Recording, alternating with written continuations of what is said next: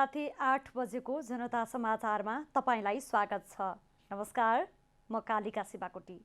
नमस्कार, म अनिस्मा बस्नेत। सबैभन्दा पहिले प्रमुख समाचार।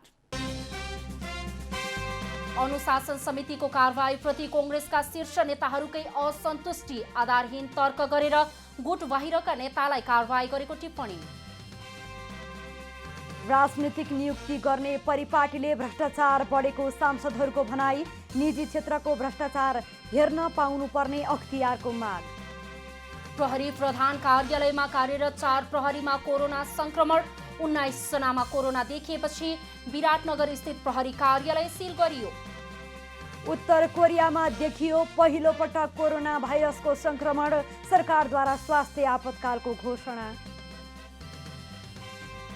र इङ्ग्लिस प्रिमियर लिगमा आज अन्तिम चरणका खेलहरू हुँदै एकैपटक 10 खेल खेलाइने।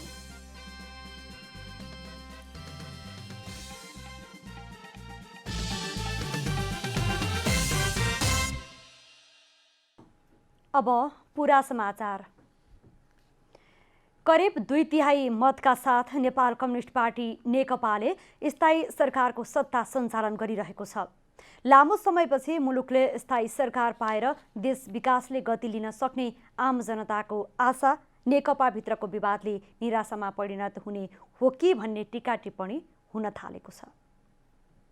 कोरोना महामारीसँगै देशले यति बेला बाढी पहिरो लगायतका विपदको सामना गरिरहेको छ। मुलुकको 2/3 बहुमतका साथ सत्ता सञ्चालनको जिम्मा पाएको नेपाल कम्युनिस्ट पार्टी नेकपा आफ्नै आन्तरिक विवादको कलहमा छ। स्थायी सरकारसँगै अब मुलुकले एउटा गतिशील निकास पाउला भन्ने जनताको आशा मत प्रकट गरिरहँदा थियो। तर नेकपाभित्रको विवाद र सरकार सञ्चालनमा देखिएका समस्याले जनताको आशा निराशामा परिणत हुँदै गइरहेको त छैन भन्ने आम जनताको गुनासो छ।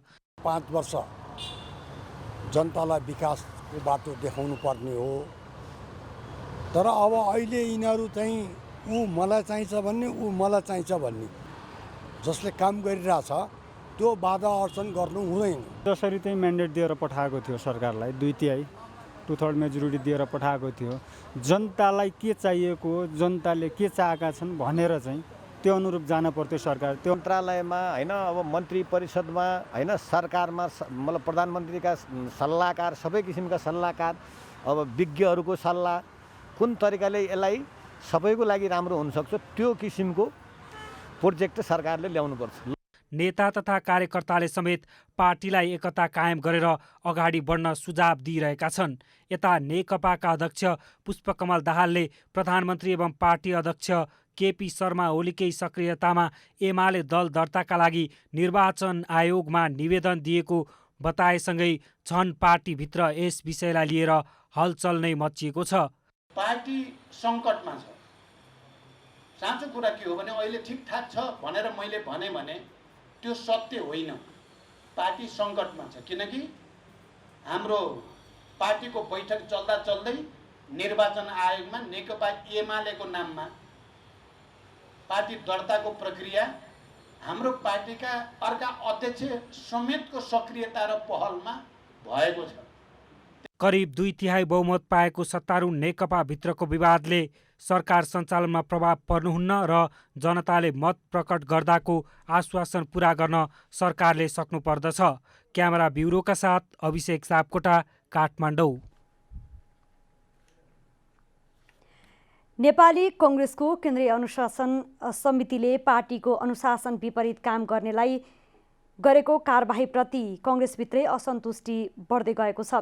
समितिले आधारहीन र मनगढन्ते तर्क अगाडि सारेर आफ्ना गुट बाहिरका नेतालाई कारबाही गरेको संस्थापन पक्षका नेताहरूको आरोप छ। नेपाली कांग्रेसले पार्टी विधान विपरीत काम गर्नेलाई कारबाही प्रक्रिया तीव्र बनाएको छ। कांग्रेसको केन्द्रीय अनुशासन समितिले गत 3 तहका निर्वाचनमा पार्टीको उम्मेद्वार विरुद्ध स्वतन्त्र उम्मेद्वारी दिने, असहयोग गर्ने र पार्टीको अनुशासन उल्लङ्घन गरेको भन्दै गोविन्दराज जोशी, पुष्करनाथ ओझा, रामबहादुर विष्ट, महेन्द्र मल्ल लगायतका 279 जनालाई कारबाही गरेको छ। तर पार्टीको यो कारबाहीप्रति पार्टीकै शीर्ष नेताहरूले असन्तुष्टि जनाएका छन्। डाक्टर शेखर कोइराला, डाक्टर मिनेन्द्र रिजाल सहितका नेताहरूले पार्टीको सामाजिक सञ्जाल मार्फत असन्तुष्टि जनाएका हुन्। पार्टीको गतिविधिले उदार लोकतान्त्रिक चरित्र गुमाउने खतरा बढेको र त्यागको अवमूल्यन भएको नेताहरूले उल्लेख गरेका छन्। यता अनुशासन समितिले भने पार्टीले सोधेको स्पष्टीकरणको जवाब चित्त बुझ्दो नआएपछि विधान अनुसार कारबाही गरिएको जनाएको छ। त्यो विधानले दिएको म्यान्डेट र हाम्रा नेताहरूले जुन एउटा सहमति गरे कि सहमतिबाट मात्रै हामी मान्छौँ भनेपछि यो निर्णय भनेको देवेन्द्रराज कण्डेल वा धनराज गुरुङ वा उमाकान्त चौधरी होइन, हाम्रा जो नेताले आफ्नो प्रतिनिधि पठाए ती नेताको यो निर्णय हो। उहाँहरूले त्यही किसिमको म्यान्डेट दिएर पठाए हामीलाई। त्यसले गर्दाखेरि उहाँसम्म मात्रै सीमित राखेर यसलाई इन्ड गर्नुहुन्न। कारबाहीमा पर्नुभएका महेन्द्र मल्लले 14औं महाधिवेशन प्रभावित पार्ने गरी कारबाही गरिएको दाबी गर्नुभयो। 14औं महाधिवेशनमा हामीले चाहिँ सकिन्न उसलाई चाहिँ हराउन र बाँकी जिल्लामा फेरि अर्को माहौल एउटा क्रिएट हुन्छ। त्यसकारण महेन्द्र मल्ललाई चाहिँ अहिले कारबाहीको बहाना गरेर सिद्धाउनुपर्छ भनेर मलाई गरे हो कमलाजी। अर्को कुनै अर्थ होइन। र शेरबहादुरजीले म जस्तो स्वाभिमानी कार्यकर्ताहरूलाई कारबाही गरेर पार्टीमा चाहिँ आफै कमजोर हुँदै हुन्छ। उहाँ पार्टीलाई कुन दिशामा लानु भएको छ त यो देशको चाहिँ चौथो अङ्गहरू पनि हो होइन। तसर्थ शेरबहादुरजी रहँदा पार्टी सभाभित्र रहँदा काङ्ग्रेस 100% धाराशाही हुन्छ कमलाजी। त्यसकारण उहाँले आफूले आफूले जिम्मेवारी हटाउनको लागि हामी जस्ता स्वाभिमानी कार्यकर्ताले कारबाही गरे हो। समितिमा साबिकको क्षेत्रीय कार्यसमितिबाट सिफारिस भई आएका र सम्बन्धित उम्मेद्वारको समेत गरी 1250 उजुरी परेका थिए। उजुरीमध्ये 279 जनालाई 5 वर्षका लागि पार्टीबाट निष्कासित गर्ने निर्णय गरेको छ। कांग्रेस केन्द्रीय सदस्य भीष्मराज आङदेम्बे संयोजकत्वको केन्द्रीय अनुशासन समितिमा पार्टीका केन्द्रीय सदस्यहरू उमाकान्त चौधरी, धनराज गुरुङ, किशोर सिंह राठौर र देवेन्द्र राज कणेल सदस्य छन्। कमला हमाल, काठमाडौँ। वन तथा वातावरण मन्त्री शक्ति बहादुर बस्नेतले चितवनको कुसुम खोला स्थित चेपाङ बस्तीमा भएको घटना बाहिर सार्वजनिक भए जस्तो नभएको बताउनु भएको छ। निकुञ्ज प्रशासनको दबावमा पर्दा घटना भएको हुन सक्ने मन्त्री बस्नेतको भनाइ छ। कानून न्याय तथा मानवाधिकार समितिको आइतबारको बैठकमा वन तथा वातावरण मन्त्री शक्ति बहादुर बस्नेतले चितवनको कुसुम खोला स्थित चेपाङ बस्तीमा आगो लगाइएको र सेनाद्वारा कुटपिट भई मृत्यु भएको सम्बन्धमा समाचारमा आए जस्तो सबै कुरा सत्य नभएको बताउनुभयो।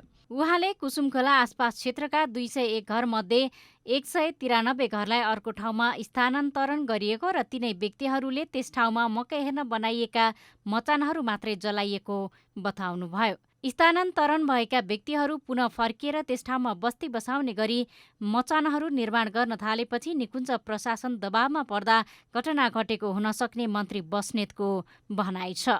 एउटा गुन्द्री र कुनै एउटा बिछाउने खालको यति दुईटा सामग्री थियो, त्यो पनि बाहिर चाहिँ निकालेर यो गोठ चाहिँ डिसमेन्टल गरेको भन्ने हामी गएको अहिलेसम्मको रिपोर्टिङ यति छ भने बाँकी चाहिँ अरू जो मोटरसाइकलमा गएर दिनभरि मकै हेर्नका लागि बनाइएका मचानहरू हुन् जो 193 यतातिर चाहिँ ट्रान्सफर भइसकेको मध्येको भन्ने अहिलेको हामीलाई भएको जानकारीमा हामीलेसँगको रिपोर्टिङमा अहिले हामीले यहाँ राख्ने विषयवस्तु यो रूपमा रहेको छ। नेकपाका सांसद देव गुरुङले कुसुमखोला घटना मानवाधिकार विरुद्धमा भएको बताउनुभयो। उहाँले निकुञ्जको संरक्षण गर्ने जिम्मेवारी निकुञ्ज प्रशासनको भए पनि कारबाही गर्ने तरिका उचित नभएको भन्दै घटनाप्रति छानबिन गरी दोषीलाई कारबाही गर्न माग गर्नुभयो। नेपाली कांग्रेसका सांसद बालकृष्ण खाँडले उक्त घटनालाई राज्यबाट नागरिकमाथि प्रहार भएको घटनाको रूपमा लिनुपर्ने बताउनुभयो। तर पछिल्लो पटक यो निकुञ्जको आसपासमा जुन खालका घटनाहरू भएका छन् त्यहाँ राज्यले नै सुरक्षा गर्नुपर्ने हो। आफ्ना नागरिकहरूको जीवन रक्षा गर्ने दायित्व त राज्यको हो। सांसद मातृका यादवले सेनाको बारेमा बोल्नै नहुने र प्रहरीको संरक्षण गृह मन्त्रीले नै गर्नै पर्ने प्रवृत्तिले राज्यबाटै घटनाहरू घट्ने गरेको बताउनुभयो। अहिले के हुन्छ भने प्रहरीले कुनै जाति गर्यो, गृह मन्त्रीले प्रहरीकै संरक्षण गर्नै पर्ने। त्यो ट्रेन्ड छ कि किनभने हौसला बढाउनु पर्यो रे त्यो छ कि त्यस्तै अब मैले उहाँ मान्य मन्त्रीजीलाई त भन्नु खोजेँ सिस्टम छ क्या सिस्टम अहिलेसम्म सिस्टम छ कि गणतन्त्र आइसक्यो। सांसदहरूले निकुञ्ज संरक्षण गर्ने नाममा नागरिकमाथि नै आक्रमण गर्ने प्रवृत्ति रोक्नुपर्ने बताएका छन्। सशस्त्र प्रहरीका पूर्व डीआईजी रञ्जन कोइरालाको कैद सजाय घटाउने गरी सर्वोच्चले गरेको फैसला पुनरावलोकन हुने भएको छ। शुक्रबार महान्यायाधिवक्ताको कार्यालयले पुनरावलोकनका लागि दर्ता गरेको निवेदनले पुनरावलोकनको अनुमति पाएको हो। न्यायाधीशहरू बम कुमार श्रेष्ठ, प्रकाश कुमार ढुङ्गाना र कुमार रेग्मीको पूर्ण इजलासले पुनरावलोकन गर्न अनुमति दिएको हो। न्याय प्रशासन ऐन 2073 को दफा 11 को उपदफा 2 खण्ड क बमोजिम पुनरावलोकन गरी हेर्ने अनुमति प्रदान गरेको सर्वोच्च अदालतका प्रवक्ता भद्रकाली पोखरेलले बताउनुभयो। मान्य न्यायाधीश श्री प्रकाश कुमार ढुङ्गाना र मान्य न्यायाधीश श्री कुमार रेग्मीज्यूको पूर्ण इजलासबाट न्याय प्रशासन ऐन 2073 को दफा 11 को उपदफा 2 को खण्ड क बमोजिम पुनरावलोकन गरी हेर्न अनुमति प्रदान गरिदिएको छ। पूर्व डीआईजी कोइरालाले आफ्नो श्रीमती हत्या गरेको प्रमाण लुकाउन शव जलाएको पुष्टि गर्दै काठमाडौँ जिल्ला अदालतले सर्वोच्च सहित जन्मकैदको फैसला गरेको थियो। ललितपुर पुनरावेदन अदालतले समेत जिल्ला अदालतकै फैसला सदर गरेको थियो। तर 2077 असार 15 मा सर्वोच्च अदालतले भने 11 वर्ष सजाय घटाउने फैसला गरेपछि महान्यायाधिवक्ताको कार्यालयले पुनरावलोकन निवेदन दर्ता गरेको हो।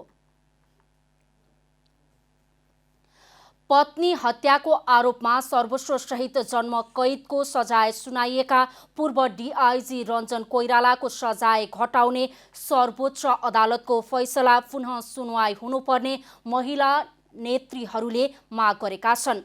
फैसला नसचिए उनीहरूले देशव्यापी आन्दोलन गर्ने चेतावनी दिएका छन्। प्रमुख प्रतिपक्षी दल नेपाली कांग्रेस आबद्ध नेपाल महिला संघले महिला हिंसाका घटनाका प्रत्यक्ष दोषीलाई कुनै पनि हालतमा उन्मुक्ति दिन नहुने बताएको छ।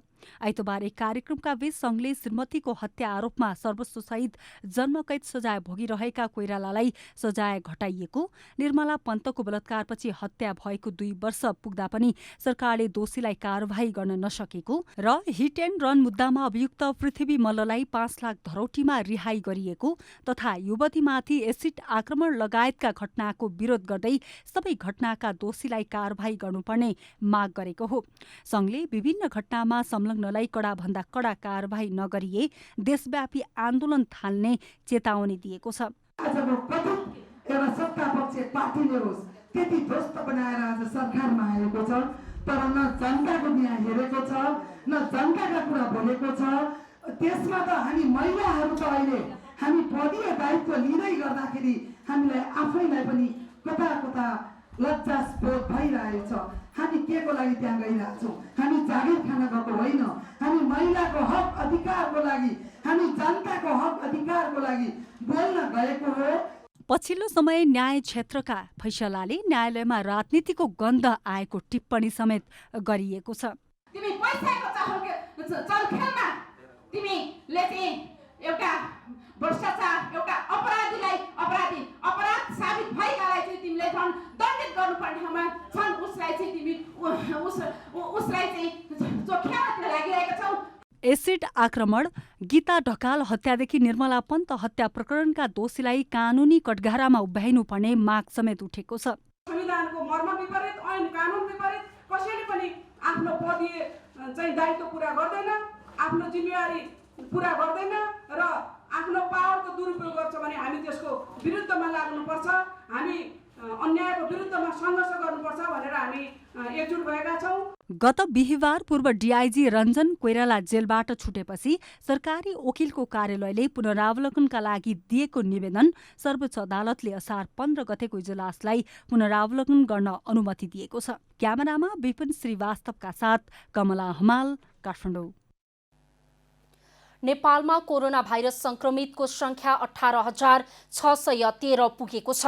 स्वास्थ्य तथा जनसङ्ख्या मन्त्रालयको नियमित प्रेस ब्रिफिङमा मन्त्रालयका प्रवक्ता डाक्टर जागेश्वर गौतमले पछिल्लो 24 घण्टामा नयाँ 130 जनामा संक्रमण पुष्टि भएसँगै जम्मा संक्रमितको संख्या 18,613 पुगेको बताउनुभयो। अहिले सक्रिय संक्रमित 5,440 रहेका छन्।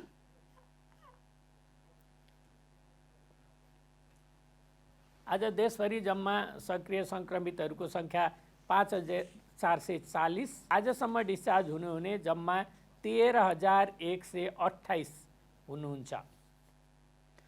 पछिल्लो 24 घण्टामा थप 75 जना संक्रमित निको भएर घर फर्किएका छन्। अहिलेसम्म जम्मा 13,128 जना डिस्चार्ज भएर घर फर्किएको मन्त्रालयले जानकारी दिएको छ। पछिल्लो 24 घण्टामा 3,300 जनाको PCR परीक्षण भएको छ। देशभर हाल 17,903 जना क्वारेन्टिन र 5,440 जना आइसोलेसनमा उपचाररत रहेका छन्। नेपालमा हालसम्म कोरोना संक्रमणबाट 45 जनाको मृत्यु भएको छ। प्रहरी प्रधान कार्यालय नक्सालमा कार्यरत 4 प्रहरीमा कोरोना भाइरस संक्रमण पुष्टि भएको छ। 1 हौलदार र 3 जवानमा कोरोना पुष्टि भएको हो। प्रहरी अस्पतालमा भएको परीक्षणमा संक्रमण देखिएपछि थप पुष्टिको लागि टेकु पठाइएको नेपाल प्रहरीका प्रवक्ता DIG निरज बहादुर शाहीले जानकारी दिनुभयो। केही दिन अघि सञ्चार र सवारी शाखामा कार्यरत 4 जनालाई ज्वरो आएपछि PCR परीक्षण गरिएकोमा उनीहरूको रिपोर्ट पोजिटिभ आएको हो। कोरोना देखिएपछि उनीहरूसँग सम्पर्कमा आएका अन्य 12 जनाभन्दा बढी प्रहरीको कोरोना परीक्षणको लागि स्वाब सङ्कलन गरी परीक्षणका लागि पठाइएको छ। यस्तै मुलुकका विभिन्न जिल्लाका हालसम्म नेपाल प्रहरीका 119 जनामा कोरोना संक्रमण पुष्टि भएको छ। यसैबीच प्रदेश नम्बर 1 प्रहरी कार्यालय विराटनगरलाई सिल गरिएको छ। विराटनगर स्थित प्रहरी कार्यालयमा कार्यरत थप 19 जनामा कोरोना भाइरसको संक्रमण पुष्टि भएपछि कार्यालय सिल गरिएको हो। यो सँगै काकडभिट्टा र इलामका सुरक्षाकर्मीमा पनि कोरोना संक्रमण देखिएको छ। गृह मन्त्रालयले मास्क नलगाई बाहिर हिँडडुल गर्नेलाई कारवाही गर्न 77 वटै जिल्ला प्रशासन कार्यालयलाई पुनः निर्देशन दिएको छ। लकडाउन खुलेसँगै सर्वसाधारण मास्क नलगाई घर बाहिर निस्कने क्रम बढेपछि आज 77 वटै जिल्ला प्रशासन कार्यालयलाई निर्देशन दिएको मन्त्रालयका प्रवक्ता केदारनाथ शर्माले जानकारी दिनुभयो।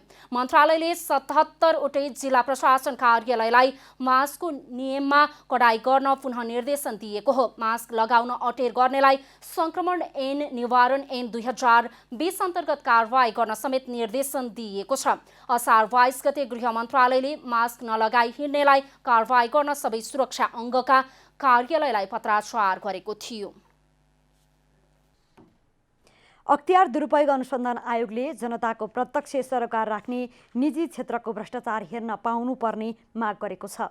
सबै निजी क्षेत्रको नभएर जनताको प्रत्यक्ष सरोकार रहने क्षेत्रमा हुने भ्रष्टाचारको विषय आयोगले हेर्न पाउनुपर्ने माग गरिएको हो। अख्तियार दुरुपयोग अनुसन्धान आयोगले जनताको प्रत्यक्ष सरोकार राख्ने निजी क्षेत्रको भ्रष्टाचार हेर्न पाउनुपर्ने माग गरेको छ। आइतबार संसदीय समितिमा भएको छलफलमा आयोगका सचिव सुरेश अधिकारीले जनताको लगानी र सरोकार हुने बैंक तथा वित्तीय संस्थाहरूको भ्रष्टाचार अख्तियारले हेर्न पाउनुपर्ने माग गर्नु भएको हो। मन्त्री परिषदबाट भएका निर्णयहरू सबै नीतिगत नहुन सक्छन्। नीतिगत भन्ने बित्तिकै आम जनतालाई धेरैभन्दा धेरैलाई त्यसले प्रभाव पार्ने विषयवस्तुहरू र स्ट्राटेजी महत्त्वका विषयवस्तुहरू कसैको भेस्टेड इन्ट्रेस्टमा मात्रै नगरिने किसिमका र आम जनतालाई फाइदा हुने चाहिँ नीतिगत निर्णय हुन सक्छन् भन्ने आयोगको बुझाइ रहेको छ। आयोगको वार्षिक प्रतिवेदनमाथिको छलफलमा सांसदहरूले राजनीतिक दलहरूबाट पदाधिकारी नियुक्त हुने परिपाटीले भ्रष्टाचार बढेको बताएका छन्। आयोगका पदाधिकारी नियुक्तिमा दलीय भागवण्डा छ, यो पनि हुनुहुन्न भन्नुहोस् न। त्यस्तो विशेषज्ञता आवश्यक पर्ने ठाउँमा पार्टीको कार्यकर्ता भर्ती गर्ने हो र भने दलहरूले। सांसद जनार्दन शर्माले शक्तिको केन्द्र रहने ठाउँमा नै बढी भ्रष्टाचार हुने गरेको बताउनुभयो। भ्रष्टाचार निवारण आयोग कसरी निर्माण हुन्छ, कसरी चयन हुन्छ भन्दा भागभण्डामै भएको छ त। भागभण्डामै भएको छ त। कहीँ र निकट र टाढा त भइहाल्छ त। अलिअलि प्रेसर त पर्छ। गर्न त स्वतन्त्रै गर्नुहुन्छ होला उहाँहरूले, तै पनि प्रेसर त पर्छ त। पम्फा भुसालले ठूला परियोजनाहरूमा पहिले नै ठेक्का निश्चित गरेर हुने भ्रष्टाचारलाई अख्तियारले हेर्न सक्छ कि सक्दैन भन्दै प्रश्न गर्नुभयो। कहाँबाट लैजाने, कसको सम्पत्ति बचाउने, कसको सम्पत्ति सस्तोमा खरिद गर्ने, अनि परियोजना लैजाने र अनि एउटै परियोजनामा तपाईँले देखाए जस्ता 4 अरब त एउटामा हुन्छ। सांसद अमरेश कुमार सिंहले हरेक स्थानीय तहमा हुने भ्रष्टाचारलाई अख्तियारले हेर्न नसकेको बताउनुभयो। स्थानीय तहका जति मेयर उपमेयर छ अरू केही गर्नु पर्दैन। 753 जुन सरकार आफूलाई भन्छ 761 को सरकार हामी देशमा चलिरहेका छन्, त्यो 761 महान सरकारहरूको प्रमुखहरूको मात्र हेर्यो हुन्छ कि कुन सहरमा 2 सालको भित्रमा कति जग्गा किन्नु, कति घर किन्नु। यो सदा सुवेदीले नीतिगत रूपमा हुने भ्रष्टाचार नियन्त्रण गरेर जनता माझ लान सके मात्रै जनतालाई खबरदारी गर्न सक्ने स्थानमा ल्याउन सकिने बताउनुभयो। नीतिगत रूपमा हुने भ्रष्टाचारलाई नियन्त्रण गरेर चाहिँ जनताको बीचमा चाहिँ हामीले त्यसलाई लैजान सक्यौँ भनेपछि बल्ल जनतालाई चाहिँ प्रश्न बनाउँदै र खबरदारी गर्ने स्तरसम्म जनतालाई पुर्याउन सकिएला। प्रेम सुवालले प्रमुख आयुक्तदेखि आयुक्तसम्म भागबण्डाबाट नियुक्त हुने भएपछि कसलाई गुनासो गर्ने भन्दै प्रश्न गर्नुभयो। अख्तियारका पदाधिकारीहरू विज्ञहरूबाट निर्वाचित हुनु पर्यो, सरकारको मान्छे हुनु भएन। अब प्रमुख आयुक्तदेखि आयुक्तहरू अघि कुरा उठ्यो भागबन्दा पार्टीहरूकै, अनि कसलाई गुनासो गर्ने? आफैले नियुक्ति गरेर हातखुट्टा बाँडिदिने अख्तियारको। आयोगको प्रतिवेदन अनुसार गत आर्थिक वर्षमा स्थानीय तहहरूमा सबैभन्दा बढी भ्रष्टाचारका उजुरी परेका छन्। स्थानीय तहमा 26.87% उजुरी परेका छन्। यस्तै शिक्षामा 16.95, भूमि प्रशासनमा 8.34, वन तथा वातावरणमा 4.6, स्वास्थ्य तथा जनसङ्ख्यामा 3.98% उजुरी परेका छन्। यस्तै नक्कली शैक्षिक प्रमाणपत्र 8.53 र गैर कानुनी सम्पत्ति आर्जनतर्फ 7.61% उजुरी परेका छन्। सरकारले साउन 15 गतेदेखि होटल व्यवसाय सञ्चालनमा ल्याउन अनुमति दिएसँगै व्यवसायीहरू आन्तरिक तयारीमा जुटेका छन्। होटलमा आउने पाहुनालाई पूर्ण सुरक्षाको प्रत्याभूति गराउन आवश्यक सम्पूर्ण प्रबन्ध गरिएको होटल व्यवसायीको भनाइ छ। सरकारले साउन 15 देखि होटल व्यवसाय सञ्चालनमा ल्याउन अनुमति दिएसँगै होटल व्यवसायीहरूले पाहुनालाई पूर्ण सुरक्षाको प्रत्याभूति दिलाउन विश्व स्वास्थ्य संगठन र सरकारद्वारा जारी निर्देशिकाको पूर्णतः पालना गर्ने बताएका छन्। सुरक्षाको पूर्ण प्रत्याभूति गराउन र होटललाई जोखिम मुक्त बनाउन होटलमा पाहुना प्रवेश गराउँदा ज्वरो नाप्ने, PCR परीक्षणको रिपोर्ट माग्ने, भौतिक दूरी कायम गराउने र चेकआउटपछि होटलका कोठाहरू डिसइन्फेक्सन गराउन 48 घण्टासम्म खाली गर्ने नीति लिएको होटल सञ्चालकहरूले बताएका छन्। के छ भन्दाखेरि सरकारले पनि यो काममा साथ सहयोग दिनु पर्यो, किन नेपालको अब हामीसँग सबै कुरा छ। अब हिमाल छ, पहाड छ, ट्रेकिङ, माउन्टेनियरिङ, अब कल्चर सबै कुरा छ। तर अब कोभिड कसरी, नेपालले कोभिडलाई कसरी कन्ट्रोल गर्छ, अब नेपाल आउँदाखेरि मलाई कोभिड सर्दैन भन्ने चाहिँ हामीले एउटा स्ट्रङ प्रत्याभूति दिन सक्नु पर्यो। त्यसमा सरकारको साथ सहयोग हामीलाई चाहिन्छ। बाँचौँ र बचाउँ भन्ने नीति लिँदै होटलका कर्मचारीहरूलाई समेत अनिवार्य मास्क, PPE लगायत स्वास्थ्य उपकरण साथै भौतिक दूरी कायम गर्ने व्यवस्था मिलाइएको छ, जसका लागि होटल सङ्घ नेपाल हानमा आबद्ध होटलका कर्मचारीहरूलाई आवश्यक प्रशिक्षण समेत दिइएको छ। फर्स्ट चेकिङ गर्ने बेलामा चाहिँ फर्स्ट गेटदेखि नै हामीले टेम्परेचर स्क्रिनिङ गर्छौँ र अनि त्यसपछि हाम्रो बेलडेक्समा ह्यान्ड सेनिटाइजर राखेछौँ। गेस्टले त्यो ह्यान्ड सेनिटाइजर लगाएर हामीले गेस्टलाई एन्ट्री डोरसम्म ल्याउँछौँ। अनि त्यो एन्ट्री डोरमा चाहिँ हामीले गेस्टको लगेजलाई डिसइन्फेक्टेन्ट स्प्रे गरिसकेपछि हामी रिसेप्सनमा ल्याउँछौँ गेस्टलाई, र हामीले रिसेप्सनमा हामीले 7 फिटको डिस्टेन्स मेन्टेन गरेछौँ। हानले कोरोना भाइरस संक्रमणको नियन्त्रण हुन समय लाग्न सक्ने अनुमान गर्दै होटल व्यवसायलाई टिकाइ राख्न आन्तरिक पर्यटनलाई बढावा दिन जरुरी रहेको जनाएको छ। स्वदेशी पर्यटकलाई सहुलियत प्याकेज दिनु आवश्यक रहेको हानको भनाइ छ।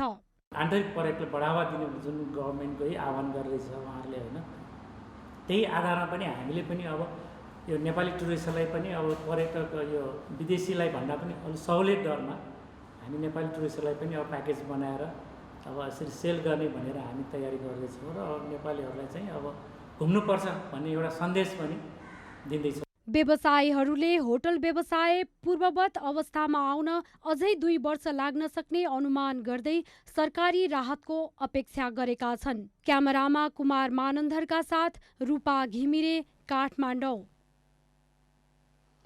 अमेरिकाले मिलेनियम च्यालेन्ज कर्पोरेसन एमसीसीका विषयमा नेपाल सरकारले गरिरहेको कामका बारेमा चासो राखेको छ। आज उपप्रधानमन्त्री तथा रक्षा मन्त्री ईश्वर पोखरेललाई भेटेर नेपालका लागि अमेरिकी राजदूत र्यान्डी भेरीले एमसीसीका विषयमा चासो राख्नु भएको हो। सत्तारूढ नेकपाकै नेताहरू एमसीसी अनुमोदन गर्न हुने र नहुने पक्षमा विभाजित भएका बेला राजदूत भेरीले भेट गर्नु भएको हो। गत जेठ 16 गते संसदबाट पारित गरिसक्नुपर्ने भए पनि पारित हुन नसकेपछि नेपालले गरेको आन्तरिक तयारीबारे राजदूत भेरीले उपप्रधानमन्त्रीलाई भेटेर एमसीसी बारे बुझ्नु भएको हो। भेटमा रक्षा मन्त्री पोखरेलले सरकार अझै छलफलमा रहेकाले अनुमोदन गर्न ढिला भएको बताउनु भएको रक्षा मन्त्रालयका सहसचिव सन्त बहादुर सुनवारले बताउनु भयो। उहाँले पनि कुरा राख्नु भएको थियो, हामीले गरेका विषयमा हामीले जुन सहयोग गर्न खोजिरहेका छौँ त्यो विषयमा यहाँहरूको के भइराखेको छ भन्ने कुरा चासो राख्नु भएको थियो। हामी गभर्मेन्टको तर्फबाट यो विषयमा अहिले पनि छलफलमै छौँ। हामी यो विषयमा गम्भीर रूपले छलफल गरिरहेछौँ भन्ने कुरा गर्नुभएको छ। उहाँले चासो राख्नुभएको थियो, यो धेरै देशबाट चाहिँ यो विषयमा माग भइरहेकै कुरा छ, तपाईँहरूको चाहिँ निर्णय ढिला भइरहेछ भन्नुभएको थियो। हामी यो विषयमा अध्ययन गर्दैछौँ। बेरीले छिमेकी देश भारतमा एक दिनमा लाख बढी जनतामा कोरोना पोजिटिभ देखिएको सन्दर्भमा नेपालले बनाएको योजनाबारे पनि चासो राख्नु भएको थियो।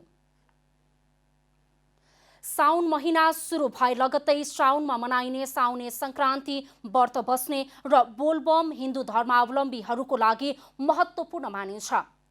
बोलबममा विशेष गरी शिवजीको पूजा आराधना गरिन्छ। पशुपतिनाथ, सागा, मक्खन जस्ता शिवजीको मन्दिरमा भक्तजनको घुइँचो लाग्ने गर्दछ। सुन्दरी जलदेखि शुद्ध जल ल्याई पशुपतिनाथमा चढाउने गरिन्छ। तर यस वर्ष कोरोनाका कारण विगतका वर्षहरूमा जस्तो रौनक नहुने भएको छ। सरकारले लकडाउन खुला गरे पनि पशुपतिनाथको मन्दिर तत्काल लकडाउनमै रहने पशुपति क्षेत्र विकास कोषले जानकारी दिएको छ। र अहिले तत्कालीन समयमा सरकारले लकडाउन खुलेको सर्वत्र खुलेको घोषणा गरे तापनि त्यस्ता विशिष्ट मठ मन्दिरहरू जहाँ सबभन्दा बढी भिडभाड लाग्ने गर्दछ तिनीहरूलाई चाहिँ विधिवत रूपमा खोलिसकेको अवस्था छैन। त्यसैले पनि त्यस मन्दिरको विशिष्टीकृत पक्षमा पशुपतिनाथ मन्दिर पनि पर्न आउँदछ। त्यसैले अहिले हामीले लकडाउन नखुलेको अवस्थामा पनि बोलबमलाई सहज तरिकाले चलाउनको लागि मार्ग प्रशस्तहरू गर्न सकेका छैनौँ। अहिलेसम्म आएका बमका भक्तजनहरू भने बाहिरबाट दर्शन गरेर फर्किने गरेको खतिवडाले जानकारी दिनुभयो।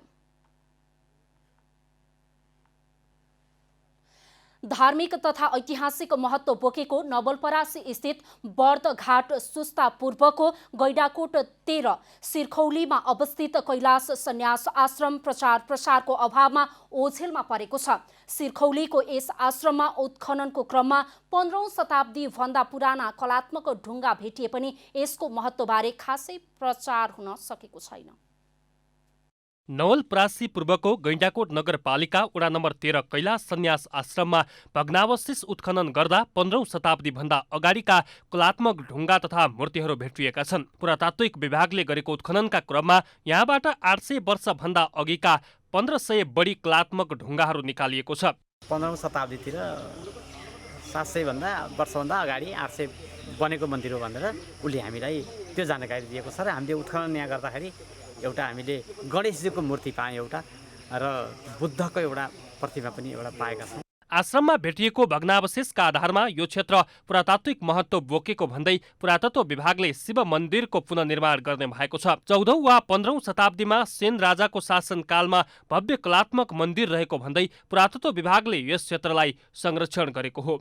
नेपाल राष्ट्र बैंकमा 10 रुपियाँको नोटमा जुन गरुडले दुईटा सर्प समातेर बसेको शिला छापिन्छ, त्यो शिला बकाइदा यहाँ अगाडि सक्नुहुन्छ। त्यहाँ अगाडि नै सिधा देखिएको त्यही फोटो हो। पुरातत्व विभागले 2070 सालदेखि 3 वर्ष लगाएर कैलाश सन्यास आश्रमका ढुङ्गालाई उत्खनन गरी नम्बर समेत पत्ता लगाएर राखेको छ। पर्यटकीय प्रवर्धनको हिसाबले राष्ट्रिय सम्पदा सूचीमा समेत सूचीकृत हुन सक्ने यो सम्पदा ओझेलमा परेको, यसको एक खालको यहाँको शिलाको हिसाबले चितवनको नारायणगढबाट करिब 16 किलोमिटर पश्चिम दक्षिणमा पर्ने यस क्षेत्रको उत्खननका क्रममा सुर्खेतको काँक्रे बिहारमा जस्तै ढुङ्गाहरू भेटिएको पुरातात्विक विभागले जनाएको छ। नवलपुरको गैँडाकोट नगरपालिका वडा नम्बर 13 सिखरौली घाटमा रहेको यस स्थान पवित्र भूमिको रूपमा स्थापित भएको स्थानीयहरूको भनाइ छ। सयौं वर्ष पुराना भग्नावशेषहरूले पनि यस ठाउँमा शिव मन्दिर भएको उनीहरूले बताएका छन् भने यस ठाउँको उचित संरक्षण र प्रवर्धनको अभावमा ओझेलमा पर्दै आएकाले तत्काल सरकारी निकायको ध्यानाकर्षण होस् भन्ने यहाँका स्थानीय बासिन्दाहरूको भनाइ छ। नवलपुरबाट आनन्द पोखरेलको रिपोर्ट। अब आर्थिक समाचार।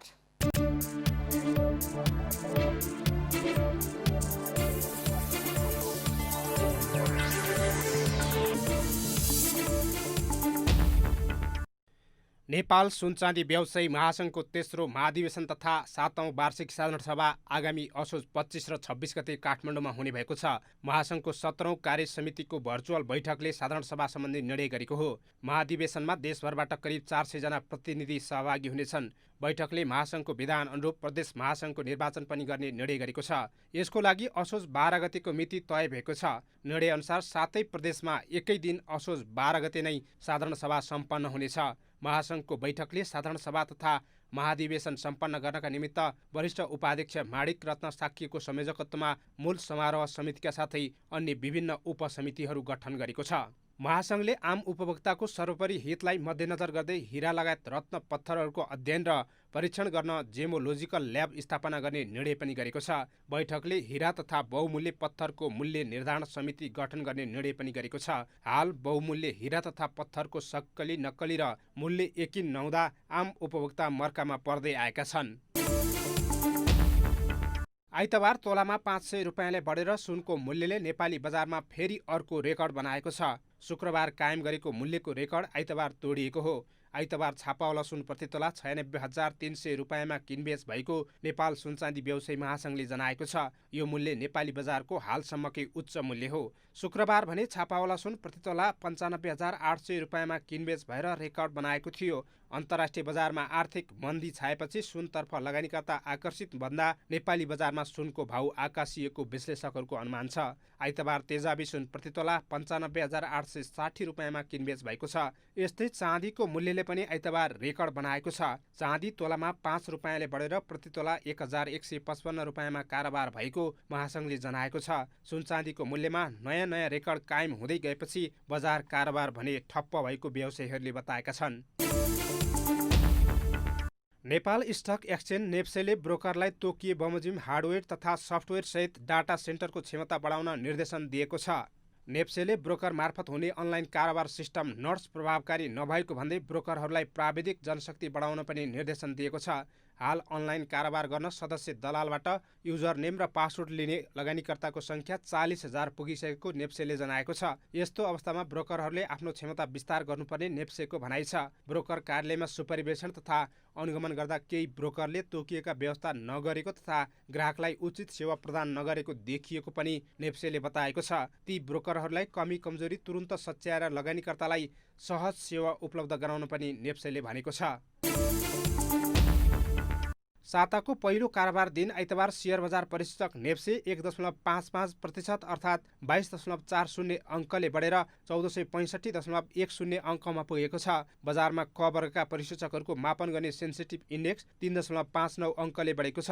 बजारमा होटल्स, जलविद्युत, म्युचुअल फन्ड बाहेक बाँकी सबै समूहको परिसूचकमा सुधार आएको छ। बजारमा 190 कम्पनीका 45,603 किता सेयर 32,836 कारोबारबाट 1,94 करोड रुपियाँ बराबरको कारोबार भएको छ। आइतबार बजारमा मिरमिरे माइक्रो फाइनान्स डेभलपमेन्ट ब्याङ्क र तारागाउँ रिजेन्सी होटल लिमिटेडका लगानीकर्ताले करिब 10% का दरले कमाएका छन्। आइतबार डलरको भाउ केही बढेको छ। आइतबारका लागि नेपाल राष्ट्र ब्याङ्कले 1 अमेरिकी डलरको खरिदर 119 रुपियाँ 44 पैसा र बिक्री दर 120 रुपियाँ 4 पैसा तोकेको छ। शुक्रबारको तुलनामा डलर 12 पैसाले महँगिएको हो। शुक्रबार केन्द्रीय ब्याङ्कले 1 अमेरिकी डलरको खरिद दर 119 रुपियाँ 32 पैसा र बिक्री दर 119 रुपियाँ 92 पैसा तोकेको थियो।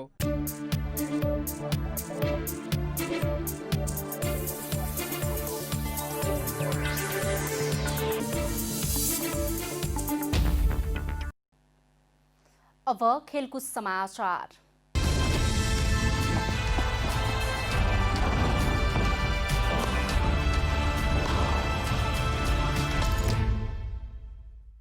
प्रिमियर लिग फुटबलमा आइतबार अन्तिम चरणका खेल हुँदैछन्। लिगमा आइतबार अन्तिम चरणका सबै 10 खेल एकैपटक हुनेछन्। सबै खेल राति 8:45 मा सुरु हुनेछन्। लिभरपुलले लिगको उपाधि उचालिसकेको भए पनि अन्तिम चरणमा च्याम्पियन्स लिग खेल्ने 2 टोली, युरोपा लिग खेल्ने टोली रिलिगेसनमा जाने टुङ्गो लाग्नेछ। त्यसैले आइतबार हुने केही खेल निकै महत्त्वका साथ हेरिएको छ। आइतबार तेस्रो स्थानको म्यान्चेस्टर युनाइटेडले लेस्टर सिटीको सामना गर्नेछ। यो खेल जित्ने टोलीले च्याम्पियन्स लिग खेल्नेछ। यस्तै अर्को खेलमा चेल्सी र उल्भस आम्ने सामने हुनेछन्। चेल्सीलाई शीर्ष 4 का लागि जित आवश्यक छ। यस्तै आइतबार नै हुने अन्य खेलमा साउथह्याम्पटन र शेफिल्ड युनाइटेड, न्युक्यासल र लिभरपुल, वेस्ट ह्याम्स र एस्टन भिल्ला, बर्नली र ब्राइटन, आर्सेनल र वाटफोर्ड, म्यान्चेस्टर सिटी र नर्विच सिटी, क्रिस्टल प्यालेस र टोटनहम तथा एभर्टन र बर्नमाउथ खेल्दैछन्। खेलले रेलिगेसनबाट बच्न सङ्घर्षरत वाटफोर्ड, बर्नमाउथ र एस्टन भिल्लाको भविष्य समेत निर्धारण गर्नेछ। इटालियन सिरिए फुटबलमा आइतबार शीर्ष स्थानको युभेन्टस र साम्पडोरिया खेल्दैछन्। उपाधिबाट मात्र एक जित टाढा रहेको युभेन्टसले 14औं स्थानको साम्पडोरियासँग खेल्न लागेको हो। युभेन्टसको घरेलु मैदान एलिनाजमा हुने खेल नेपाली समयअनुसार राति 1:30 मा सुरु हुनेछ। युभेन्टस आइतबार स्पष्ट 3 अङ्कका लागि खेल्नेछ, किनकि जितले उसलाई सिरिएको उपाधि जिताउनेछ। अघिल्लो चरणमा जित निकाल्न नसकेपछि 3 खेल अगावै उपाधि उचाल्ने मौका गुमाएको युभेन्टसको तालिकामा 80 अङ्क छ। एक खेल बढी खेलेको दोस्रो स्थानको इन्टर मिलानको 76 अङ्क छ। युभेन्टसलाई यो सिजनको उपाधि जित्न मात्र 2 अङ्क आवश्यक छ। साम्पडोरियालाई पराजित गर्दै उपाधि जिते युभेन्टसको सिरिएमा लगातार 9औं उपाधि हुनेछ। यसअघिका 9 सिजन लगातार युभेन्टसले उपाधिमा कब्जा जमाउँदै आएको छ। सिरिएमा आइतबार राति नै अन्य 5 खेल हुनेछन्।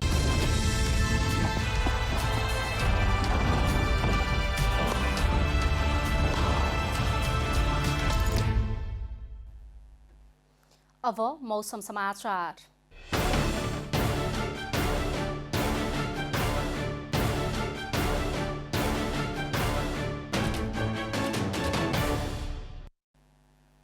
आज दिउँसो देशभरको मौसम आंशिकदेखि सामान्यतया बदलिरही केही स्थानमा वर्षा भयो। आज राति पनि देशभरका धेरैजसो स्थानमा मौसम आंशिकदेखि सामान्यतया बदलिरही केही स्थानमा वर्षाको सम्भावना रहेको जल तथा मौसम पूर्वानुमान महाशाखाले जनाएको छ। अब देशभरका विभिन्न स्थानको मौसम सम्बन्धी थप विवरण।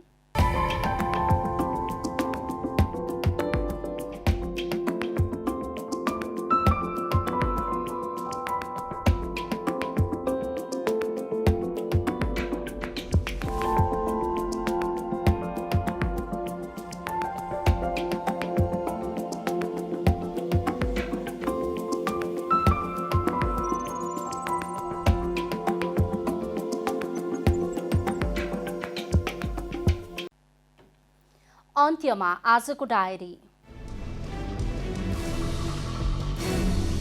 सर्वोच्च अदालतले श्रीमती हत्या अभियोगमा सशस्त्रका पूर्व डीआईजी रञ्जन कोइरालालाई कैद कटौती गर्ने सर्वोच्च अदालतको फैसला उप पुनरावलोकनको आदेश दिएको छ। सर्वोच्चको यो फैसलासँगै कोइराला प्रकरणले नयाँ मोड लिएको छ। अब सर्वोच्चको पूर्ण इजलासले कैद छुट दिने फैसला उचित छ वा छैन भनेर फैसला गर्नेछ। नेपाली कांग्रेसले पार्टी विधान विपरीत काम गर्नेलाई कारबाही प्रक्रिया तीव्र बनाएको छ। समितिले गत 3 तहका निर्वाचनमा पार्टीको उम्मेद्वार विरुद्ध स्वतन्त्र उम्मेदवारी दिने, असहयोग गर्ने र पार्टीको अनुशासन उल्लङ्घन गरेको भन्दै गोविन्द राज जोशी, पुष्करनाथ ओझा, रामबहादुर विष्ट, महेन्द्र मल्ल लगायत 279 जनालाई कारबाही गरेको हो। तर पार्टीको यो कारबाहीप्रति पार्टीकै शीर्ष नेताहरूले असन्तुष्टि जनाएका छन्। नेपालमा कोरोना भाइरस संक्रमितको संख्या 18,613 पुगेको छ। अहिले सक्रिय संक्रमित 5,440 रहेका छन्। पछिल्लो 24 घण्टामा 75 जना संक्रमित निको भएर घर फर्किएका छन्। देशभर हाल 17,903 जना क्वारेन्टिन र 5,440 जना आइसोलेसनमा रहेका छन् भने कोरोना संक्रमणबाट 45 जनाको मृत्यु भएको छ।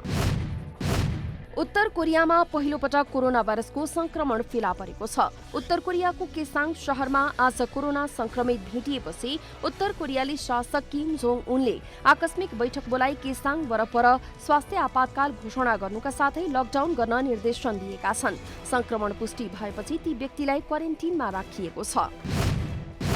प्रिमियर लिग फुटबलमा आज अन्तिम चरणका खेलहरू हुँदैछन्। लिगमा आज अन्तिम चरणका सबै 10 खेल एकैपटक हुनेछन्। सबै खेल राति 8:45 मा सुरु हुनेछन्। लिभरपुलले लिगको उपाधि उचालिसकेको भए पनि अन्तिम चरणमा च्याम्पियन्स लिग खेल्ने 2 टोली, युरोपा लिग खेल्ने टोली रिलिगेसनमा जाने टुङ्गो लाग्नेछ।